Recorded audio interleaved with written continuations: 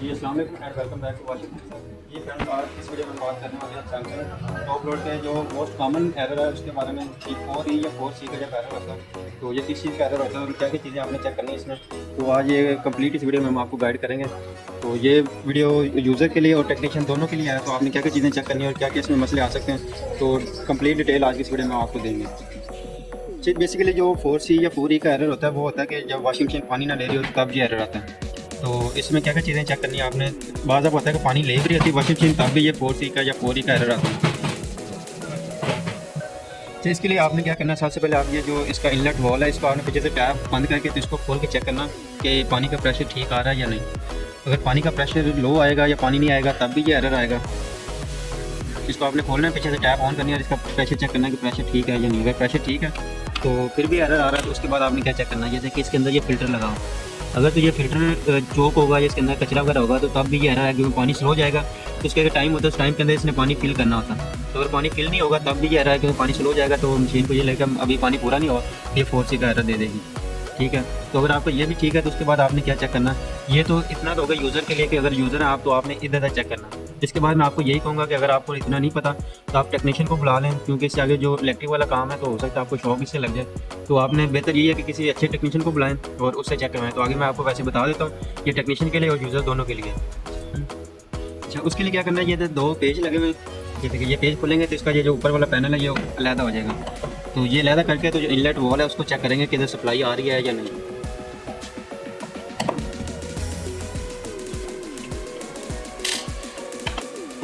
Gas ऊपर उठाना, ये इसके लॉक से बने होते हैं। तो हल्का सा आपने ऐसे इसको ठोकर लगानी, क्योंकि आगे वाली साइड पे लॉक होते हैं। तो या तो टेस्टर की मदद से आप कर लेंगे, थोड़ी सी ठोकर लगाएंगे तो ये निकल जाएगा। उठा के टेस्टर की मदद से इसको करना।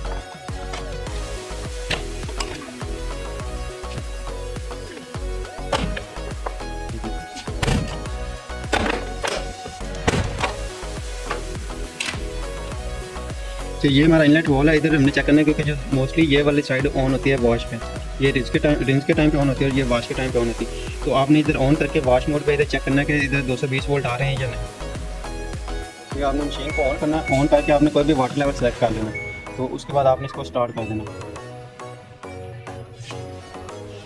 स्टार्ट करने के बाद आपने मल्टीमीटर को वोल्टेज रेंज पे रखना है। ये देखें वोल्टेज रेंज है, लेकिन इधर DC है, आपने AC वोल्टेज पे रख के तो इधर वोल्टेज चेक करना है।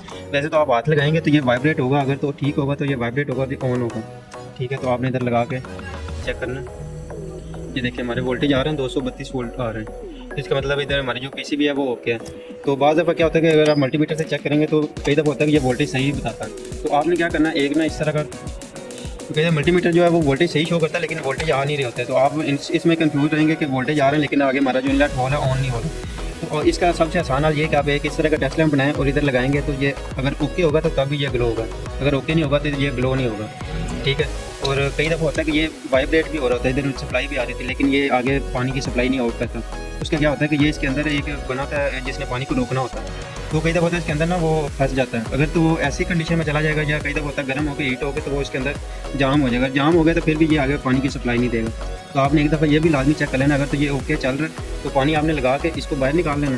बाहर निकाल के ऐसे लगा के तो आपने पानी ऑन करके तो इसको आगे से ऑन करना। तो इधर से अगर पानी सही प्रेशर से निकलता है तो ऑन ठीक है, अगर नहीं निकल रहा तो ये हमारा जो इनलेट वॉल है ये ख़राब है। बाज़ दफ़ा ये ऐसे भी केस आ जाते हैं, इस तरह का मसला भी आ जाता है इसमें। तो ये तो इधर तक तो सप्लाई आ रही थी। बाज़ दफ़ा अगर इधर सप्लाई नहीं आ रही तो फिर आपने क्या करना है, आपने सबसे पहले इसकी तारें देखनी, तारें कौन सी हैं इनलेट वॉल की। ये देखिए हमारी जो तार है ब्लू कलर की है, ये देखिए डार्क ब्लू कलर की है। ये आपने PCB से चेक करना है कि कौन सा निकला। कई दफ़ा होता है कि PCB से करंट निकला होता है लेकिन इधर नहीं पहुंच रहा होता, तो बीच में जो होती है हमारी जो तार होती है वो डैमेज हो जाती है। तो आपने इसको मेक श्योर करने के लिए आपने PCB ओपन करनी, PCB से करंट इसका चेक करना है PCB से निकल रहा है या नहीं। तो उसके लिए हम PCB को ओपन करते हैं। तो PCB निकालने के लिए ये जो लॉक से इसके क्या कहते हैं, लॉक नहीं कवर है, सेफ्टी कवर होते हैं ताकि ये पेचों को जंग ना लगे, पानी वगैरह लगते तो इधर जंग ना लगे, इनको अक्सर ना जंग लग जाता है, तो ये इसलिए दिए होते हैं। ये खोलने के बाद आपने इसके पेज खोल लेंगे।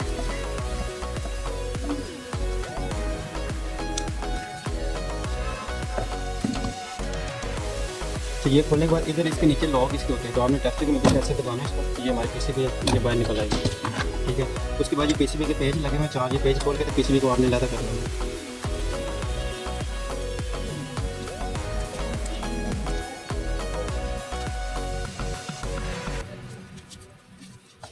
उसके बाद ये पीसीबी निकालेंगे।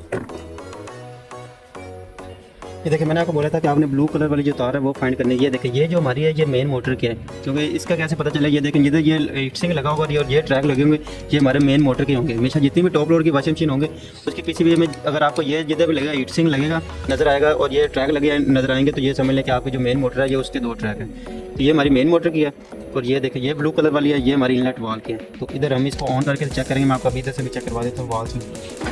ये देखिए ये हमारा जो ब्लू कलर वाला ये इनलेट वॉल की और ये जो हमारी पीली का है ये उसकी न्यूट्रल वायर है, कॉमन वायर समझ लें इसकी। तो एक हम इधर लगाएंगे और एक ब्लू पे लगाएंगे तो पीसीबी से तो चेक करेंगे तो सप्लाई निकल रही है या नहीं। तो ये हम पीसीबी को ऑन करेंगे, ऑन करने के बाद वाटर लेवल वैसे सेलेक्ट है इसका वाटर लेवल करके तो इसके बाद स्टार्ट कर देना। ये स्टार्ट करेंगे ये देखिए ये हमारी पीली जो वायर है ये न्यूट्रल वायर है, कॉमन है इसकी, और ये हमारी ब्लू है। ये देखिए मतलब ग्लो हो चुका। ये देखिए अभी हम इसको ऑन करेंगे, ये देखिए ये बंद हो गया, स्टार्ट करेंगे। ये देखिए ये हमारा इनलेट ऑन हो गया, इसका मतलब इधर से सप्लाई निकल रही है, ये ठीक है क्या। और अगर उधर सप्लाई इनलेट पे ना आ रही होती इधर से भी निकल रही तो इसका मतलब हमारी जो तार है वो आगे से कहीं से डैमेज है, तो आपने फिर इसकी तार चेक करनी थी। तो फिर इधर नहीं आ रही इसकी सप्लाई तो फिर आपने क्या करना, अगर तो आपको पीसीबी का इलम है, पीसीबी आप जानते हैं तो आपने फिर इसको क्या करना, पीसीबी को निकाल लेना और इसका जो पीछे वाला हिस्सा है इतना आपने काट लेना काविये की मदद से। तो काट के इसके पीछे ट्रैक लगे तो आपने ट्रैक चेक कर लेते हैं। वहाँ जब होता है ज़्यादा जो चांसेस होते हैं वो इसके जो ट्रैक हैं वो जल जाते हैं। अगर ट्रैक ख़राब होगा तब भी ये इसकी सप्लाई नहीं निकलेगी और इसकी रजिस्टेंस भी ख़राब हो जाती है। अगर वो ख़राब होगी तब भी इसकी सप्लाई नहीं निकलेगी। तो आपने ये चीज़ें इसकी चेक कर लेनी है। तो इसके बाद अगर फिर भी पानी ले रही है लेकिन फिर भी फोर्स से एरर आ रहा है तो फिर क्या मसला होगा वो भी मैं आपको बताता हूँ। जी मैंने जैसे आपको शुरू में बताया कि अगर पानी नहीं ले रही तो फिर हमारा जो फोर्स का एरर आएगा, लेकिन अगर पानी भी ले रही सारा कुछ ठीक है, पानी इसमें फिल भी हो रहा है, प्रेशर भी ठीक है, फिर भी फोर्स का एरर आ रहा है तो फिर क्या मसला होगा। मैंने तो आपको बताया कि अगर पानी नहीं आएगा तो फिर फोर्स का आएगा, लेकिन ये पानी भी ले रही है, पानी इसके अंदर मौजूद है, फिर भी फोर्स का एरर आ रहा है या फोर का एरर आ रहा है तो फिर क्या अगर फिर भी हमारा फोर्स का या फोर का एरर आ रहा है मैं आपको बताता हूँ। आपने क्या करना है, इसकी जो बैक प्लेट है इसको खोल लेना, ये नीचे वाले पेज आपने सिर्फ हल्के से लूज़ करना है। ये लूज़ करने के बाद ऊपर वाले जो पेज बिल्कुल खोल लेना।